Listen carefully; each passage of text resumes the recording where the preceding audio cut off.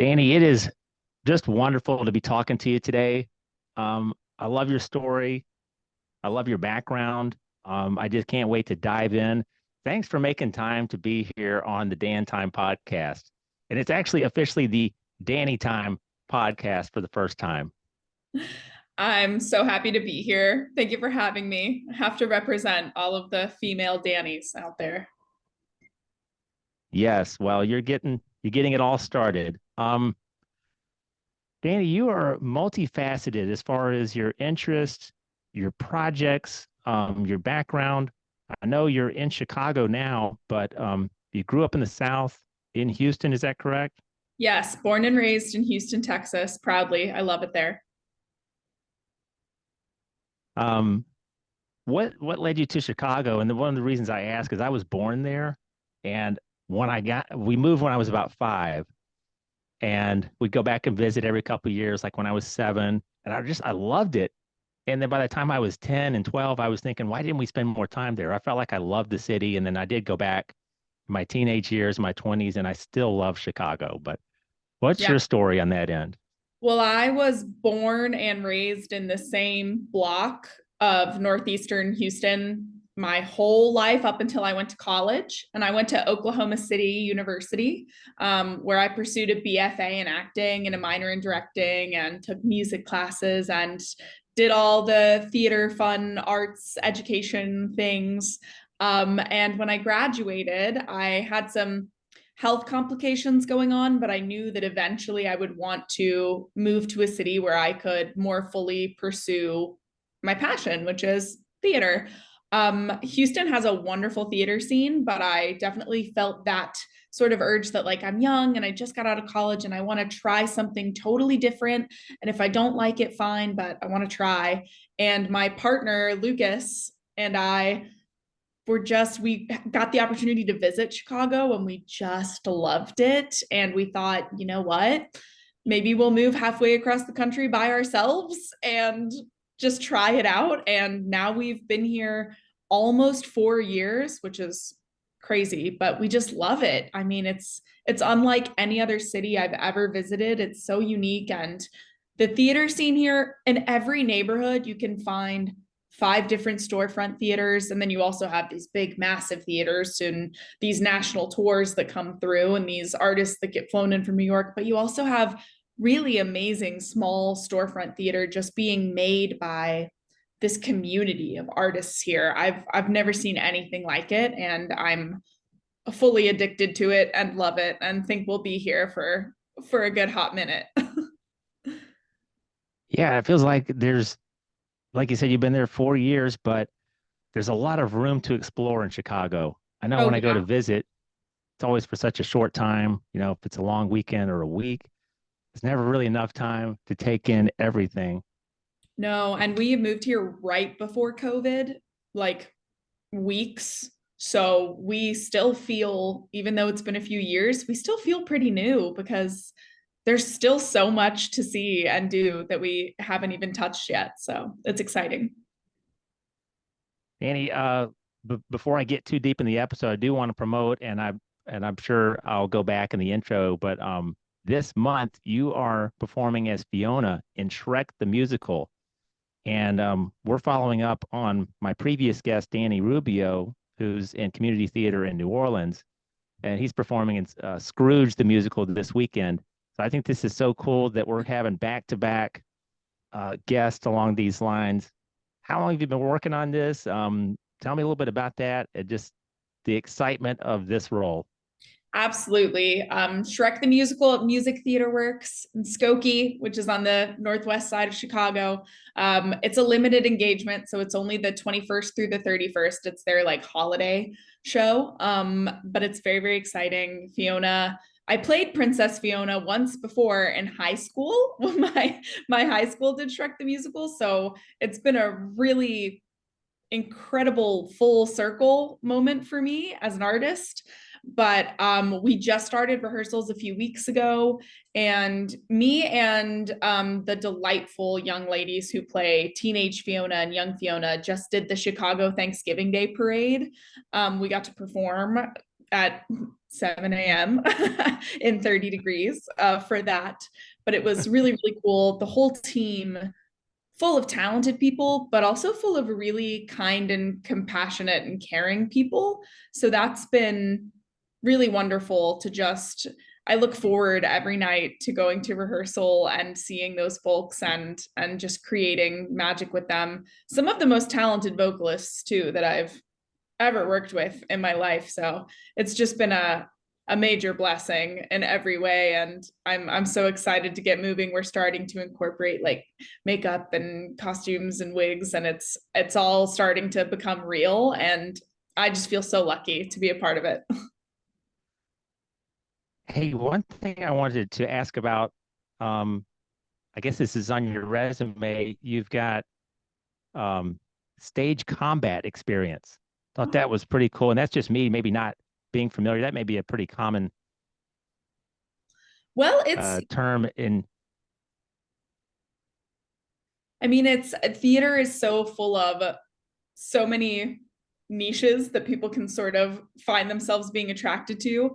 I was really lucky. I loved my time at Oklahoma City University and my time in the acting program. And I had a really awesome movement teacher there named Luke Eddy. And they did a really great job of introducing me to sort of more advanced stage combat skills. And then I've been lucky to work on a number of shows here in Chicago that have sort of fed that interest of mine. Yeah, the art of creating combat or violence or whatever it is on stage that looks real and engaging for the audience, but is also safe and repeatable for the actor. It's magic. It's a skill and it's a craft that you can learn and build upon, and it's something that I enjoy every chance I have the opportunity to do that. Luckily for me, there's not a whole lot of combat for me happening in Shrek, but I think that it's an art form. It really is. Creating that experience for the audience and keeping your actors safe, it requires a sort of really keen attention and skill set. And Dani, you've got a lot of director and assistant director credits. Um, what do you take enjoyment on both ends as far as being on stage and being behind the scenes? Um, what and do you have to kind of switch roles a lot during one particular season where you're on stage and then you're back to directing? Well, since I've moved to Chicago, I've been really lucky to be primarily pretty busy with on stage business, acting and singing gigs, but I do have such a passion for directing. And when I was growing up in Houston, I worked with this amazing theater run by Christina Sullivan. She ran a program called the Tribble School, which was like an educational theater program for kids K through 12. And that is sort of how I got into theater. So she's like my mentor in life, and just I'm so inspired by her on a daily basis. But she still runs the Tribble School at this amazing theater in Houston called the Queensbury. And I taught with them. It was really cool to be a student in the Tribble School. And then as I was going through late high school and into college, I was able to become a teacher at the Tribble School and to teach kids and direct. My favorite was directing the high schoolers. I loved getting to work with them. So I do have a really strong passion for directing youth theater. I have had the opportunity to assistant direct a couple of fully staged adult professional productions, which is also really amazing. Just as of late, I found myself, there's not enough time in the day for me to do all of the things that I would love to do. So I found myself on stage much more recently, but love directing. And I find that, especially directing young people, they have a lot more to teach me than I could ever have to teach them. And I always feel a huge sense of luck to just be able to experience that and to also give those kids, like, I remember how important it was to me to be able to have that place to go where I was accepted and I could do what I liked to do. And I just think there's something really, really beautiful and special about that. So hopefully I'll be able to carve out more time in the future to get back to some of that. But that's definitely a huge part of my foundation as an artist. Yeah, that really stood out to me. Your uh, interest in working with children with special needs, like you said, high school students, where you've got a great opportunity to make an impact, maybe at a crossroads for them. I mean, I remember when I was 17 or 16, and if an adult takes an interest in a talent that you have, it can really make, like, you have a lot of um like I said, influence or sway over which direction they might go. Like they might be down on themselves over a performance or some shortcoming that they think they have, and there you are to maybe pick them up or give them some guidance. Do you enjoy that part of it? Absolutely. I mean, that's who Christina Sullivan and Luke Roble, who worked with the Triple School when I was a high schooler, they made me feel like I could do this and like I was good enough and I deserve the opportunity to do it. And, my high school years were tough and they're tough for a lot of kids mentally and emotionally. And it was definitely a safe haven for me. And being able to create that for kids is so magical. I remember I taught sixth grade for a little while at a middle school, sixth grade introduction to theater. And those kids, I was teaching 32 10-year-olds at a time who had this class for 45 minutes in the middle of their 10 other subjects they have that day.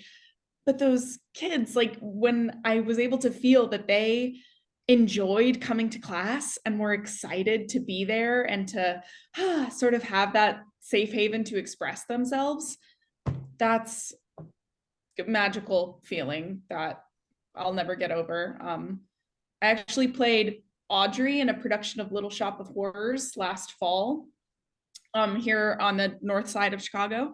And there were reviews and critics, and my friends came and were very supportive, and that was all that. But the number one review that stood out to me was there was a 13-year-old girl who saw the show, and she found me on Instagram after the show and messaged me and said, "Hey, my name's Audrey, and I saw you play Audrey, and I just wanted to say that, like, I've always wanted to sing, and seeing you sing, I'm gonna join the choir, and I just wanted to let you know that, like, you really, inspired me to go for it." And that to me was like, well, that's the best review that I could ever get in a million years. So Doesn't get any better than that. no, it That doesn't. just supersedes any critics, professional um, reviews that you get that might be glowing, that, but how can you top that? You can, yeah.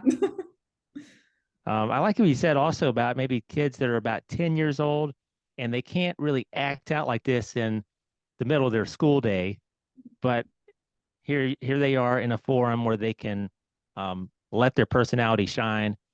I'm Yeah, seeing it with my 6-year-old. Um, I feel like he's got the bug. We enrolled him in theater camp last summer.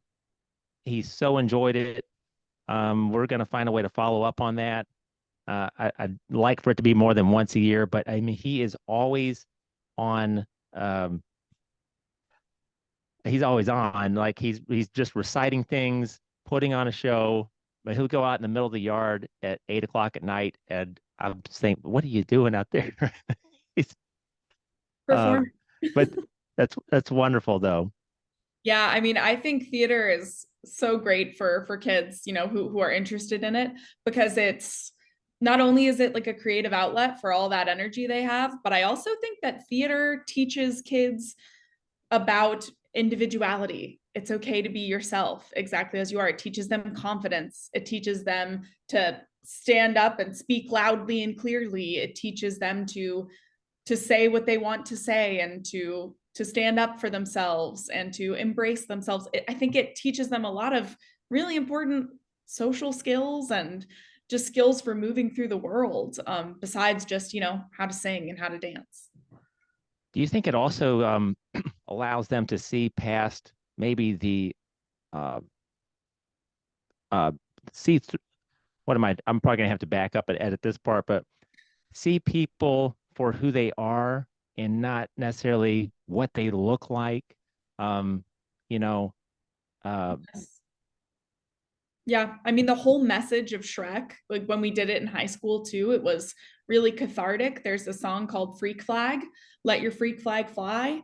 And it was just everybody, it's all the fairy tale creatures celebrating. They sing what makes us special, makes us strong. It's just celebrating their differences. So the whole message of the right. show is built around this idea that it's okay to be exactly who you are. And there was something really cathartic about doing that as a high schooler, because I have goosebumps right now, because and to see a group of kids singing that song is amazing. And even doing it right now with these amazing, professional performers that I'm doing it with now, it still holds so true and so valuable, such an important message.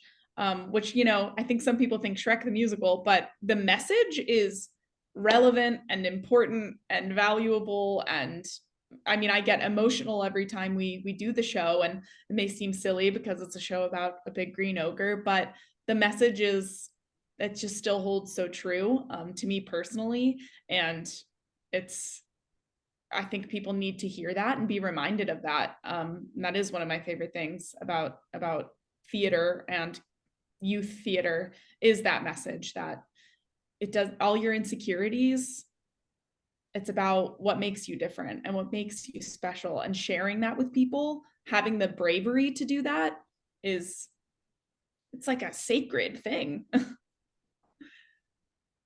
Now, you also want to go through a few roles that you've played previously, Natalie in Next to Normal.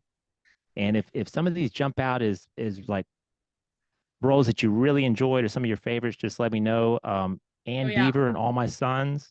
Yep. I mean, you've just named two of my faves. Natalie was my first sort of big professional show, and I was Yeah. only, I think I was 15 when I was cast, and I turned 16 through the course of the show. But that was so special, because I was working with these actors who were, 10 years and up older than me, so I just got to be a sponge and learn from them and absorb what they had to teach me. And that was another show where, like, every single night the emotions were just so crazy, goosebumps and tears. And because the people I was working with were so in it, and the music just lends itself to that level of wow. I mean, that's like a top three. I don't know if anything can ever touch how special that was. And Ann Deaver and All My Sons, that's how I met my partner, was we played fiancés in that show, and then been together ever How since. how perfect is that? Yeah. Yeah.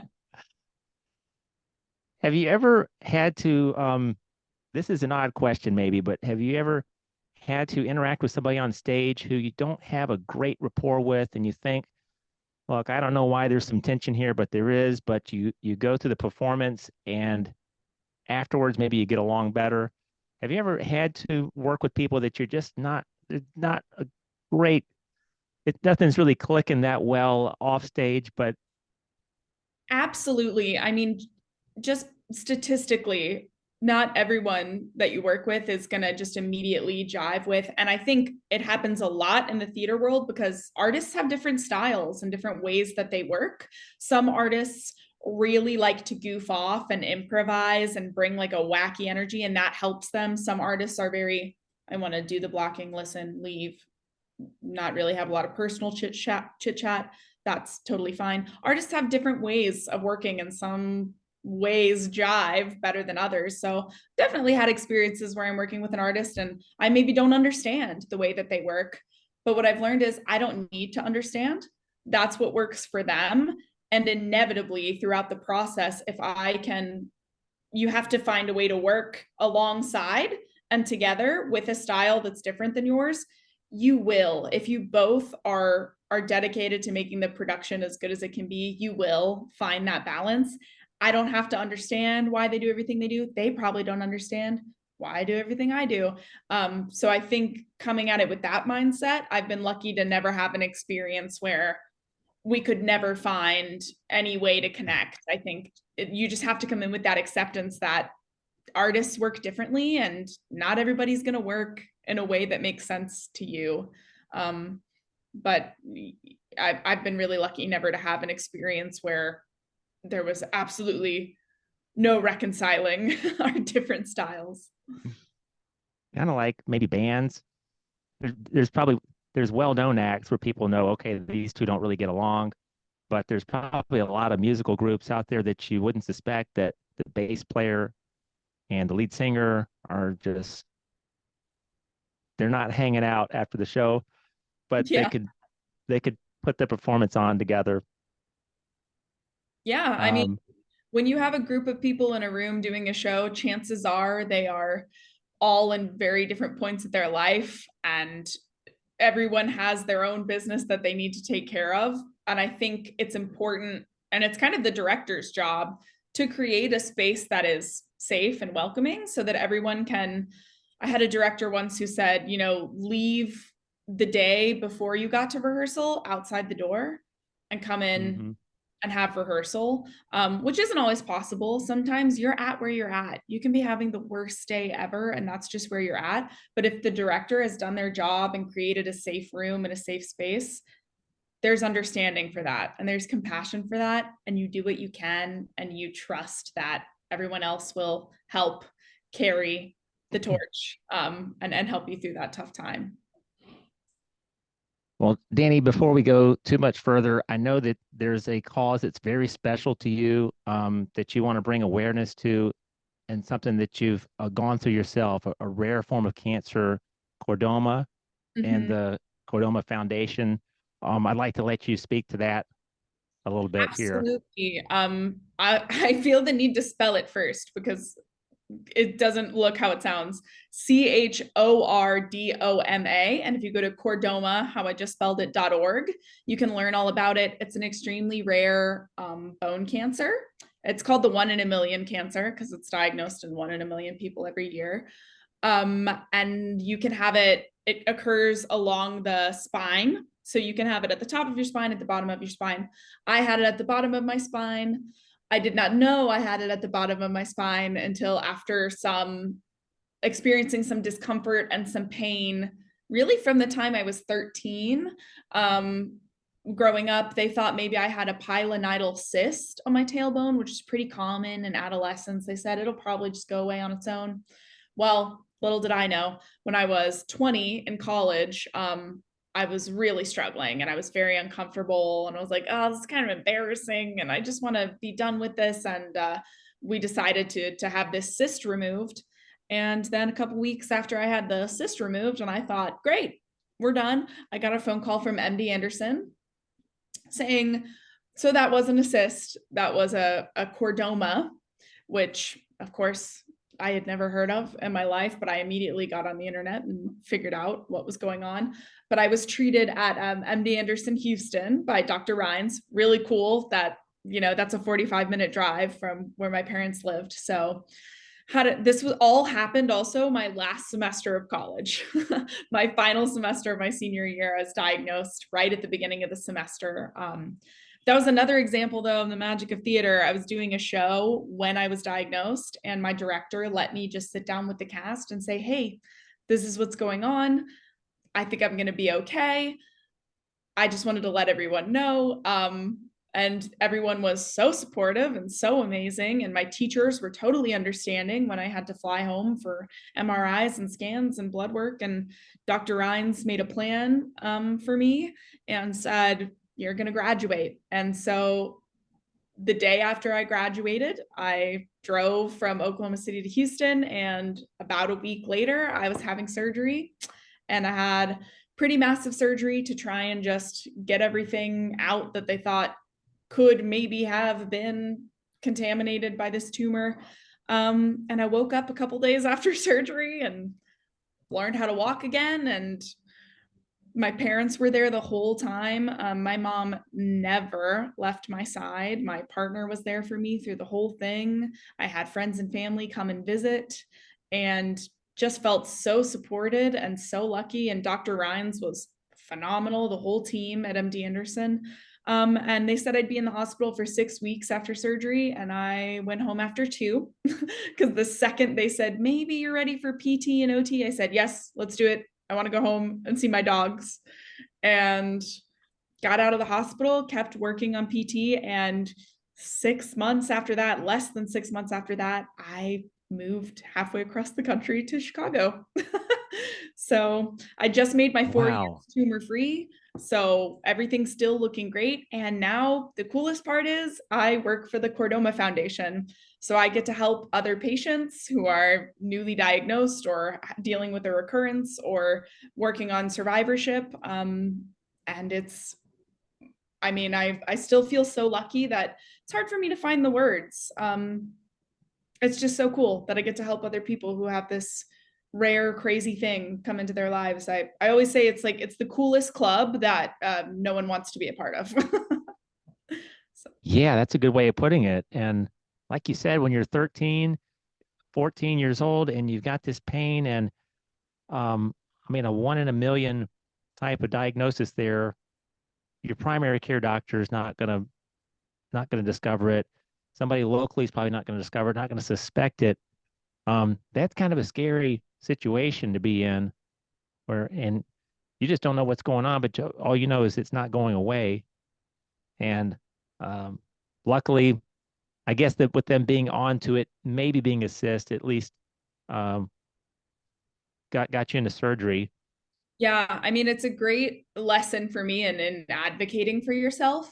Anyone who's dealt with any kind of chronic illness or rare disease or any kind of health issue, if you know that something's wrong, you have to voice that and to continue to say, something's really not right. I really don't feel right about this, and to pursue it.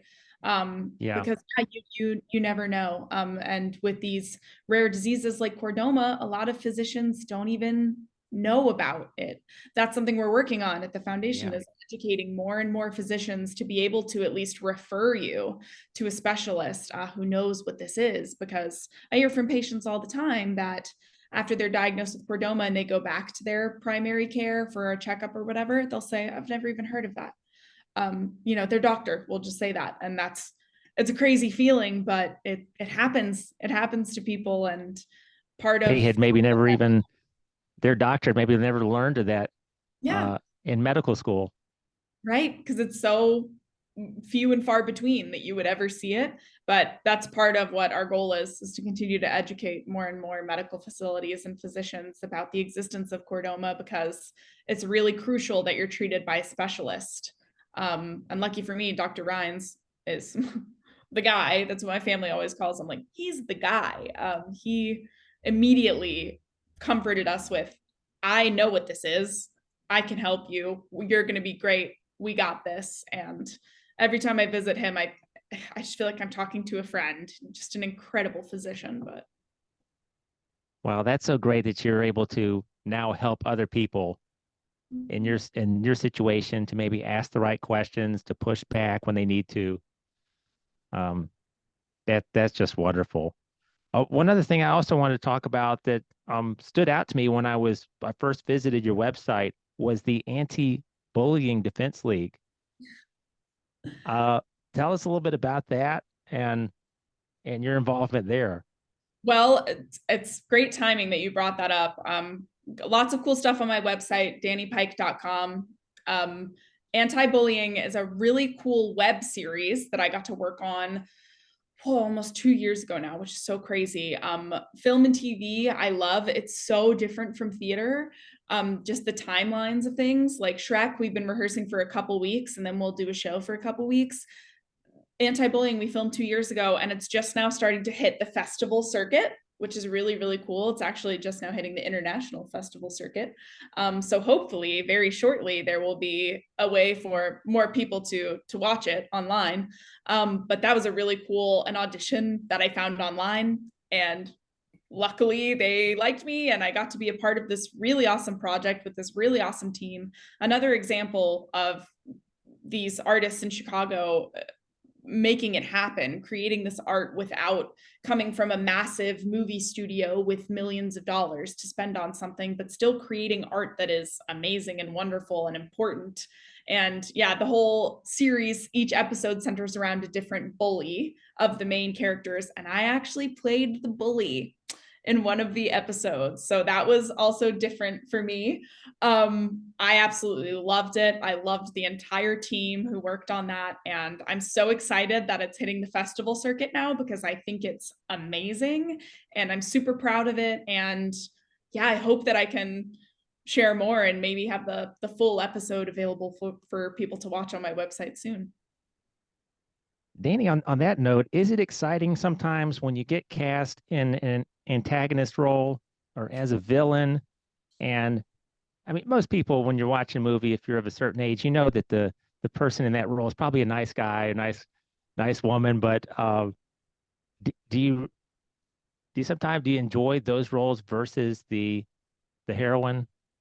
Yeah, it's really interesting. I feel like in the past couple of plays I've done here in Chicago, I haven't been the antagonist, but I feel like previous to that, in college especially, I got to dabble, to dip my foot in that pool a little bit, and I do love it. I think that it's part of what's magical about theater is obviously, I try in my daily life to be a good person who does good things and helps people. There is something really fun about playing a character who is not that way. What I love though is that some of the best advice I've ever gotten about playing the villain is the villain never thinks they're the villain. They think they're doing the right thing. They may be That's right. selfish. They may, have tunnel vision or whatever their issues are, or deep insecurity or jealousy or whatever. But the villain, their perspective, they're the hero of their own story. Everyone's the hero of their own story. So anti-bullying was a really fun experiment with that because the whole show is about this bully, but my character would not have perceived themselves as a bully, and they had quite a bit of a troubling personal inner struggle happening, just like everyone else does. So I think there's something really magical about making those characters relatable, because as an audience member, you then get to sit there and question, well, I know that's the bad guy. I kind of feel bad for them, or oh, it kind of stinks that that happened to them. Those sort of moral quandaries are part of what I love about theater, making an audience member really think about it and yeah, feel sympathy or empathy for those types of characters. I was going to say that with playing a villain, maybe you have fewer boundaries, or you can go past the boundaries, or let your own personal flair kind of color that character. I was going to mention one of the reviews you got for Audrey, what we were talking about earlier, and this is from Travolta Net, where they said that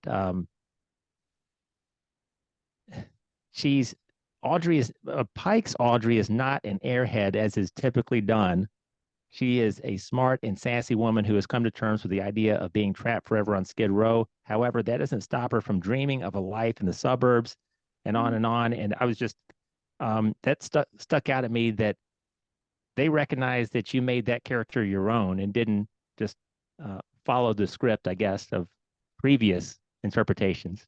Sure. I mean, Little Shop of Horrors is so iconic that a lot of productions, there's an urge and a tendency to sort of reproduce the magic of the iconic original because it's amazing. And that's just compliments to the original. But what was really amazing about that production, and the director Matt Seiler is just a masterful director and now a dear friend, and so grateful that I got to work with them. From the first day of rehearsal, I guess they saw something in my audition that they felt was different but authentic, and sort of inspired this idea. And we really got to talking about it. One of my favorite sort of ways to summarize that was the idea that Audrey isn't stupid, she's kind. Coming at it from that angle, that it meant a lot to me too, just as a woman and as a feminist doing this sort of iconic role, a woman who's really only appreciated for her looks and not, the depth and intelligence of who she is, getting to bring a sort of different sense of authenticity to that was just one of the greatest joys of my life. I said Natalie was in my top three. Audrey is 100% also in my top three for that reason, because it became sort of a story about defying the expectations, and being a real person. And that can be hard sometimes in these big theatrical stories that don't always stick to super realistic things that would happen every day. Being able to still be a real person in that and bring humanity to that in a different way, it's so creatively satisfying and encouraging, and it just like feeds my fire. If that's, I guess that's one way to put it. Absolutely. Dani, do you have some things that you like to do? I asked the previous guest last week, before a show, or do you have to have a certain breakfast or have your coffee? And if something's not quite right, it's not gonna go the way you want it to. Do you have some of those routines or any rituals that you do? I usually create a playlist for the character that I'm playing to sort of have on, before the show, kind of to get me into a mindset. I find music really speaks to me that way.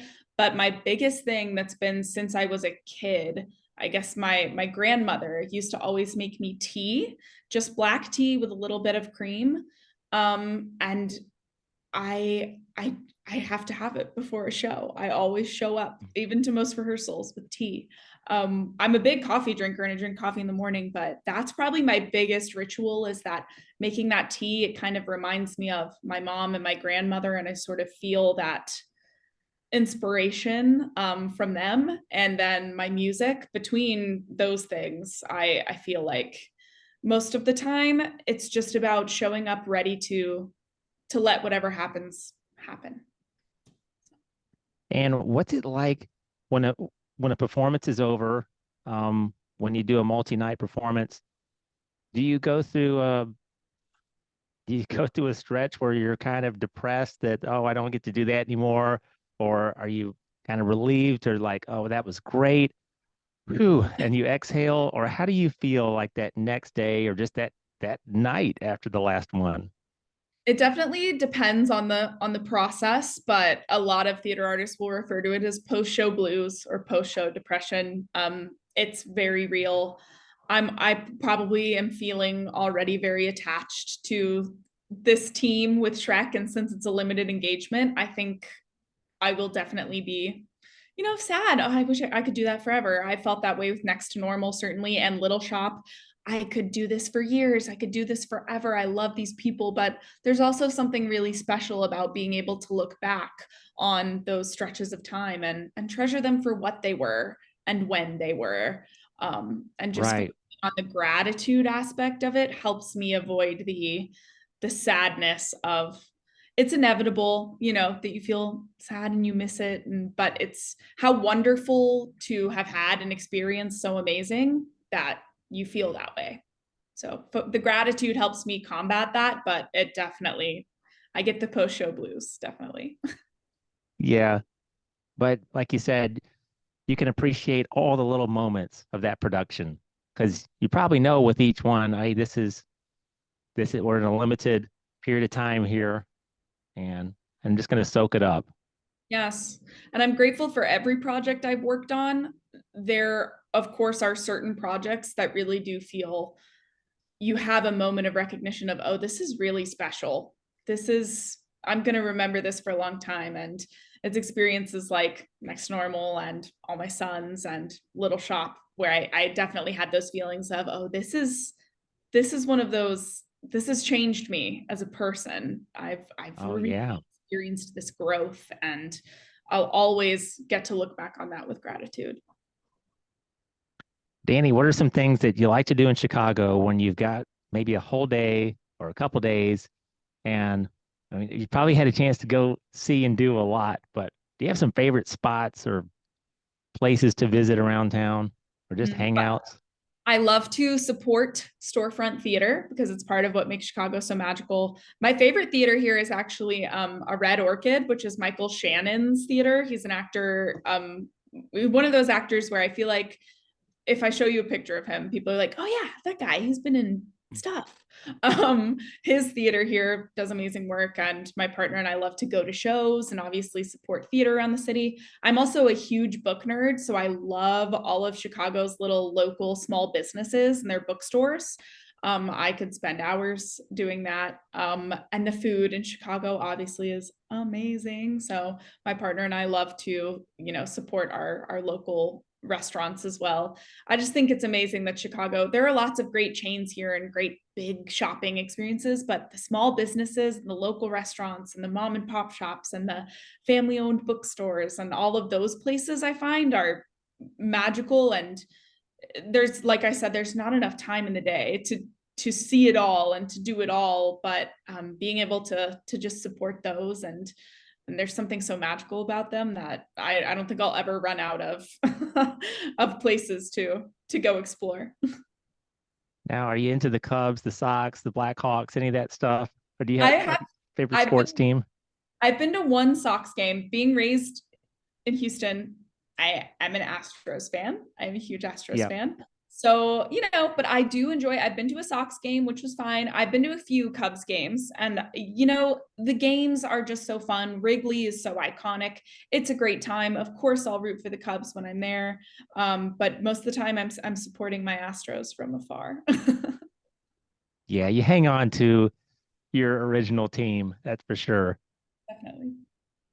Um, what about, do you take the L? Do you go put do you when you go around the city, is that your primary? I loved it when I Yes. was up there in my 20s. It's been a little while now, but Yeah, my partner and I do not have a car. We are public transit people. We live about a 8-minute walk from the Red Line, which is the busiest line in all of Chicago, mhm. which takes us straight downtown. We can get there in less than 45 minutes. I take the train to rehearsals for my show. I take the Red Line to the Purple Line. We also live right by a bus that can take us downtown. We really rely on transit, and I think it's amazing to have such an amazing public transit system. A lot of my friends who live in, LA or still live in Texas or Oklahoma, when they come visit, that is one of the things they always say is the public transit is you really don't need to have a car here. It's really amazing. So I'm super grateful for it. There are times where for just the sheer convenience of it, I'm like, it'd be nice to just be able to hop in my car and go. But I feel really grateful that we get everywhere we need to go with public transit. Yeah, I remember I was 16 years old up there a long time ago, and I was staying at a youth hostel around State Street and Roosevelt, maybe, Oh, and wow. went to a concert at Rosemont Horizon and took the red line, I guess the blue line, and I don't know how Yeah. long it is to get up there, but it No, was but I think that pretty hostel straightforward. is still there. I think I know the exact one you're talking about. It's stayed in Roosevelt. Maybe on Um, Plymouth Court. yeah, I'm 99% sure there's still a hostel there. But yeah, it's really great to be able to just hop on a bus and take the bus to the train or take the train to the bus. Or once you kind of, when I first moved here, I was a little intimidated. How am I ever going to learn this? But now it's second nature and gets me everywhere I need to go. Okay, well, we could keep going. I probably say this every episode, but I just so enjoy the guests that I have on, and you particularly, Dani. Wow. I mean, your your resume speaks for itself. Your credentials. I want to ask about every production, every writing credit that you've had, but maybe we'll do a follow-up episode if you'd like to come back on later in 2024. Would be Absolutely. perfect. I love all this Chicago talk too. I got to get back up there. It's awesome. Every time one of my friends thinks about visiting, yes, get up here. You're gonna love it. Everyone always does. There's just something about Chicago. It's amazing. Now, in the dead of winter, because I know there's always those Chicago blizzards and stuff. How do you deal with those times and those nights where you want to go out and do something, but man, it is freezing? And what do you Do you I hibernate a was little bit? Does everyone have to? Well, the winters are hard.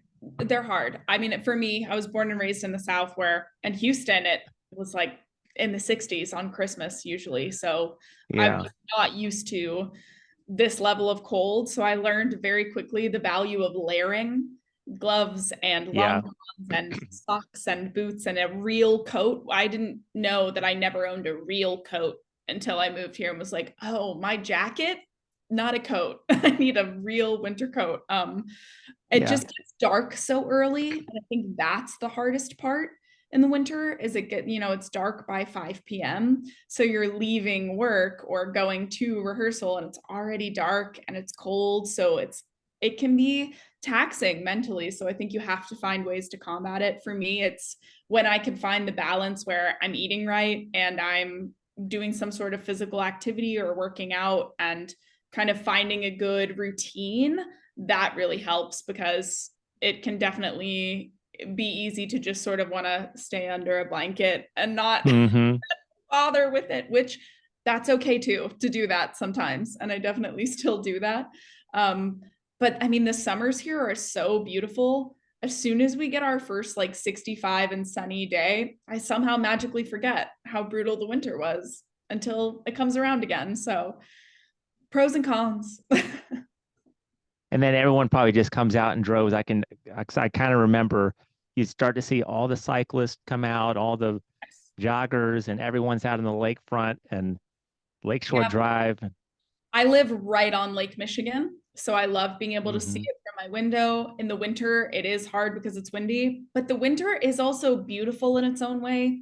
Everybody puts up lights, all the buildings put up some kind of lights. People put lights on the trees, and the snow kind of mutes the sound of the city and makes it a little quieter. So there's something really magical and beautiful about the winter. There are days though where, yeah, it's so cold that it just hurts. Okay, well, I got maybe two or three just random questions I always pop in here. Do you have musical artist or a band that you really like right now, or someone that's on your playlist that you like to give some attention to?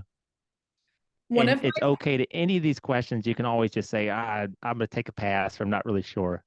Oh, no, I love it. I One of my favorite bands of all time that my partner and I got to see here in Chicago last year, this band called the Decemberists.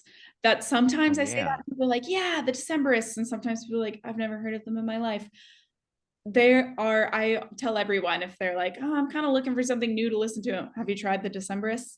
They to me are a masterclass in storytelling through song. Every song of theirs is like an emotionally investing story, and I never get tired of them.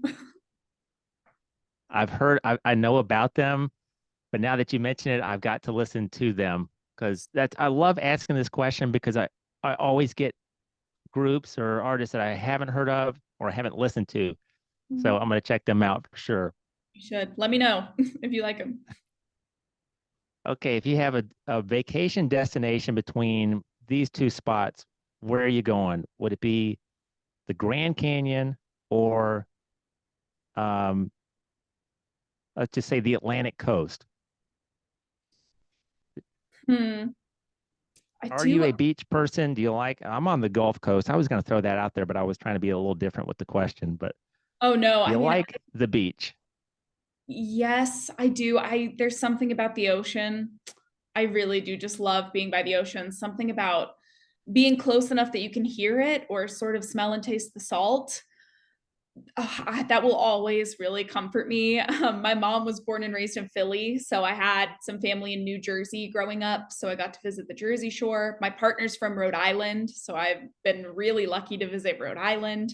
I do love the coast. I think I'd have to say the coast. I went to the Grand Canyon once when I was a kid and it was awesome, but there's something about being close to the ocean that I find just invigorating.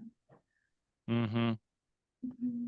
Do you have, all right, if you're going to meet somebody for breakfast, what are you a breakfast food fan? I'm a huge breakfast food fan. I think this is why this question has come up at least one other time in the past. Do you have something that you're like, all right, it's definitely going to be the French toast, definitely going to be this? Because I go eat with people either sometimes my wife doesn't even look at the menu. She's like, I'm getting the French toast.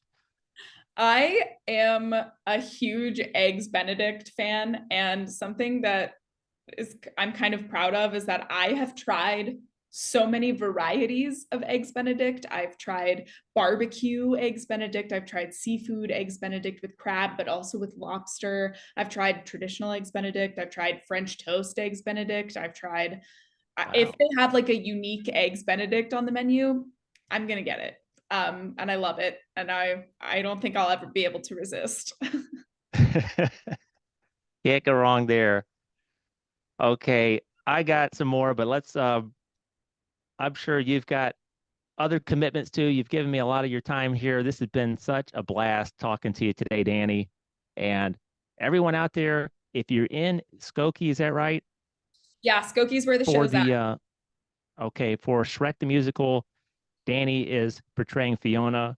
You won't want to miss it. Make sure you go to her website because you can see some videos on dannypike.com of past performances and just read all about her. Dani, this has been wonderful. Um, please let's make a commitment for another episode to talk about what you're doing later in 2024. Absolutely. This was just an absolute pleasure. Thanks so much for finding me and reaching out. This is such an awesome, unique opportunity, and I've just really enjoyed talking to you. And absolutely, I'd do it again in a heartbeat. Well, you'll always have the distinction as the first Dani on the show. Honored. Um, okay, folks. Well, that's it for this episode of Dan Time. And remember, I always say that.